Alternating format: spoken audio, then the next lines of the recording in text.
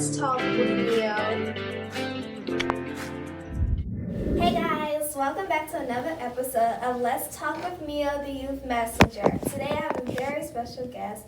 I met her about a year ago on social media, and ever since then we have been connecting and communicating with each other. And I am so glad that she decided to come on here and talk with us, you guys, today. So today my special guest is Miss Thomasita. Hello, how are you today? How are you? I'm good. So Miss Thomasita, how's your day going?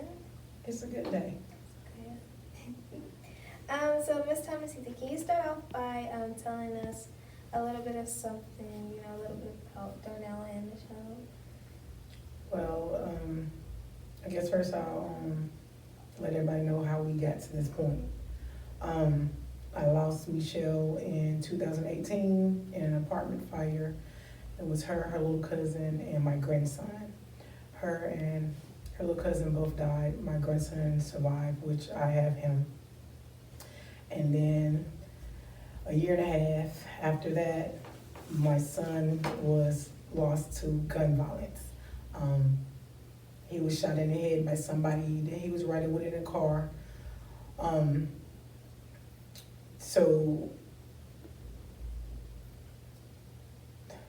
This is just hard.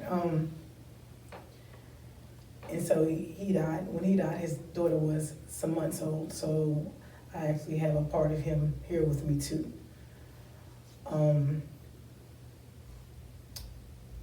It just was difficult because, dealing with two kids being lost within a year and a half. First of all, no mother wants to lose any children.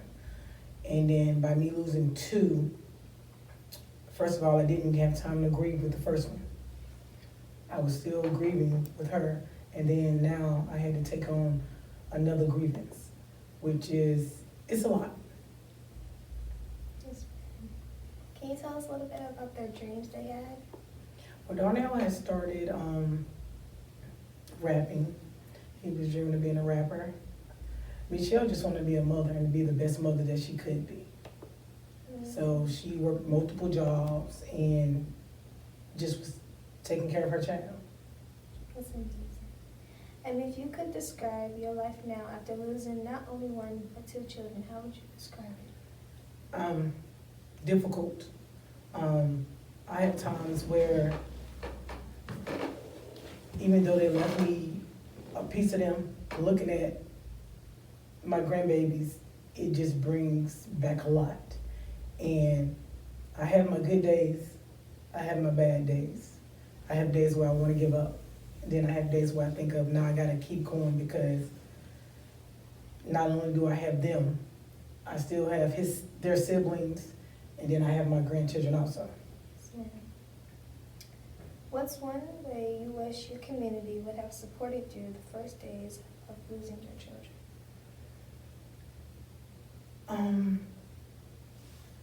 Well, with Michelle, she was just leaving a birthday party, so that was a shocker,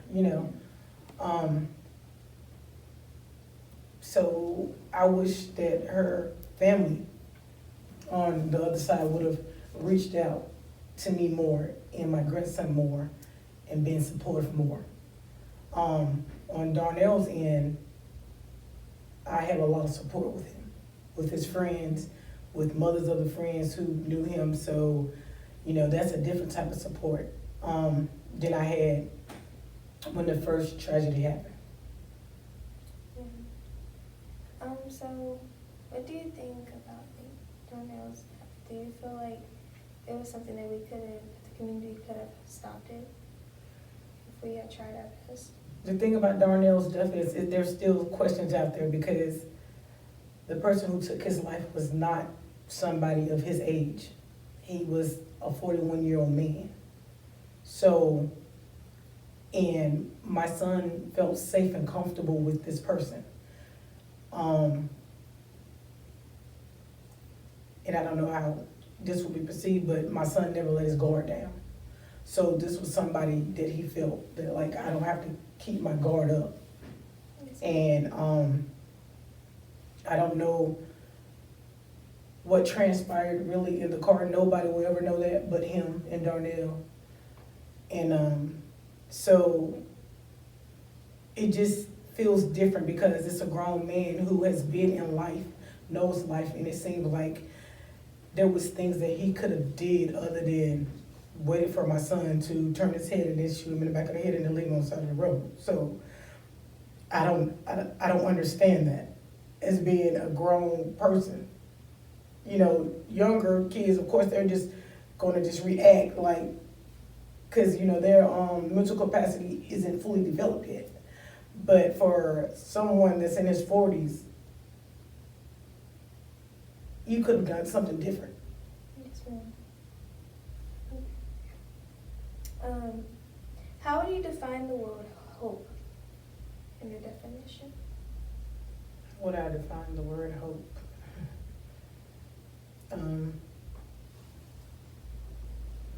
I think I would define that as that's something I'm striving on right now. I'm striving on hope that justice will be served to the capacity that it should be due to the situation. On Darnell's behalf, on my daughter's behalf, the hope is that her son just grows up to be the best man that he can be. What does the word healing mean to you? Healing is a point that I haven't gotten to yet.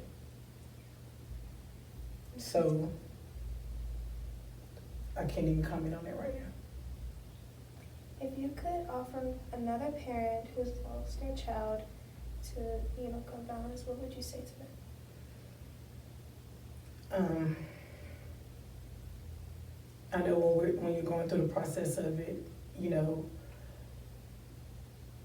you're hating the person who did this to your child or whatever.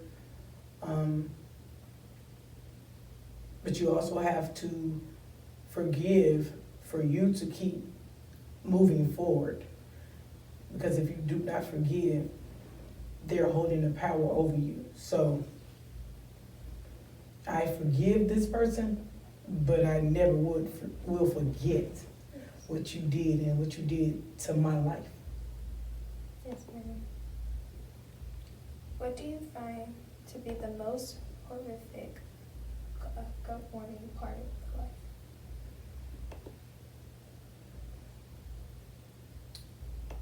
Between the two,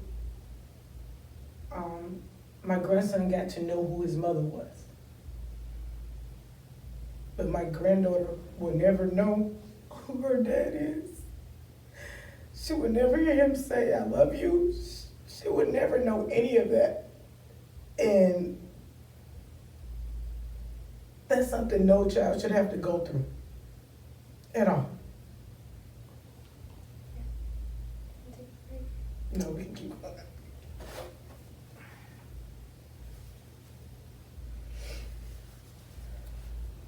What is your biggest trigger and what helps you cooperate when it hits?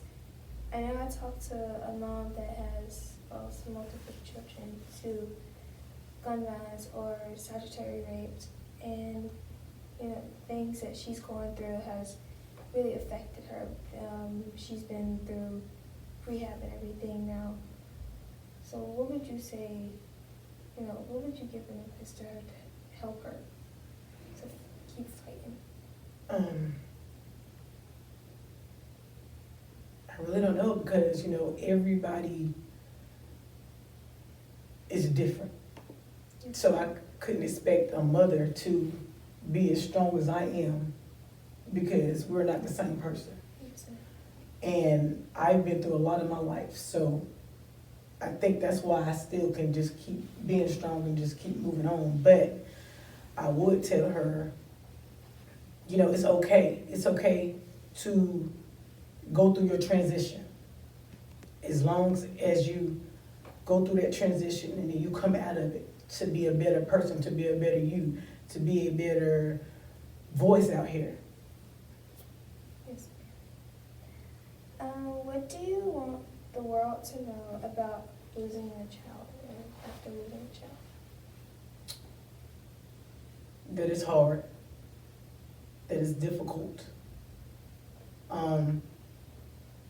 Unless you've been in the shoes of a person like me or something, you can't tell me when I'm supposed to stop grieving Yes, ma'am. because you haven't felt this type of pain. What is the pain that you're expressing? How do you Just- get out of it? Just missing both of them and the type of kids that they were. Like they were loving, they get a shirt off their back, they smiled a lot, they were goofy, and they told me every day that they loved me when they were here. So I think the major part is missing just hear them tell me that they love me. How do you keep your children's memories alive? I have several pictures of them. I celebrate their birthdays, the days that they passed. We celebrate it by going to the grave sites, putting balloons, those things. Even though they are gone physically, we celebrate them still spiritually. Yes, ma'am. What has given or gives you the strength to keep on going? I think my grandkids and my kids, because I still have other people that I have to keep going for. What makes you feel most connected to your children?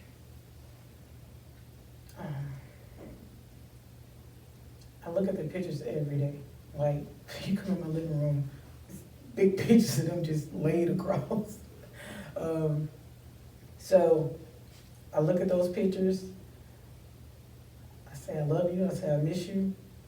I say, I wish you were still here physically, but I know you're watching over all of us spiritually, so that thrives me every day. What's one thing that my organization and other organizations in the community can do to help you? Just what you're doing now.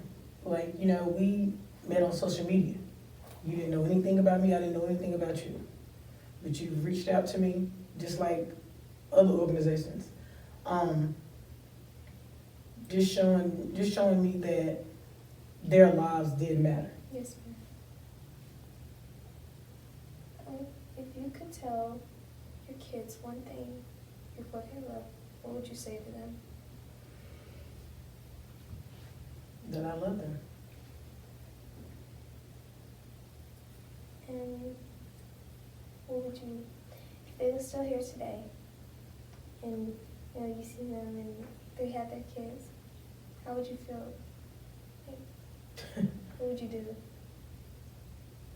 It would be awesome because I knew how Michelle was with my grandson, but I wanted to see how Darnell would be as a dad. Like seriously, like I just wanted to see that. And I didn't get to. So as a mom who has lost a child to gun violence, what do you think we as community can do to decrease some of the gun violence that is happening in the community of Charlotte?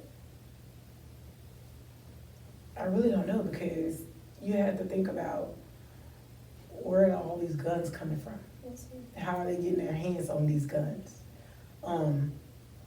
So until we figure that part out, we're not gonna know Yes, ma'am. how to change it because we don't know how they're getting access to all of this. And we ask that question every time at my youth meetings, when we have the sheriffs and stuff here, we ask, where are they getting the access to the guns? How are they getting it? They don't have the IDs or the permits to get this stuff, so how are they able to get their hands on this if they don't have all the permits and the license they need to carry a gun with them, especially these young children these days? And we never can get an answer, we never find the answer to the question. Exactly. And then we always wonder, what could we have done to help them. You know, we have to do better as a community, as a union. We have to learn how to stop all the gun violence and put the guns down and just listen to each other. Express your feelings through words. Exactly. So my last question for you today is, if you could say one more thing to someone out there in the world that is struggling right now, the same that you're going through, what would you say to them? Keep your faith. Hold on. Better days are coming. I love that song. Better days are coming. So thank you, Ms. Thomasita, for coming on. Is there anything else you'd like to add? I just would like to say you are a bright, beautiful young lady. Thank you. And I appreciate you for coming into my world. Because I didn't know you until you came into my world. But I appreciate you. Thank you. And I just want you to know that me and my family, we love you guys. And if you ever need anything, I'm right here. I'm sure you can cry out. Okay. I'm here for you. And you too. Thank you. You're welcome. So guys, that is all for today's episode. If anybody hasn't told you today that they love you and that you're beautiful and unique, I am telling you today.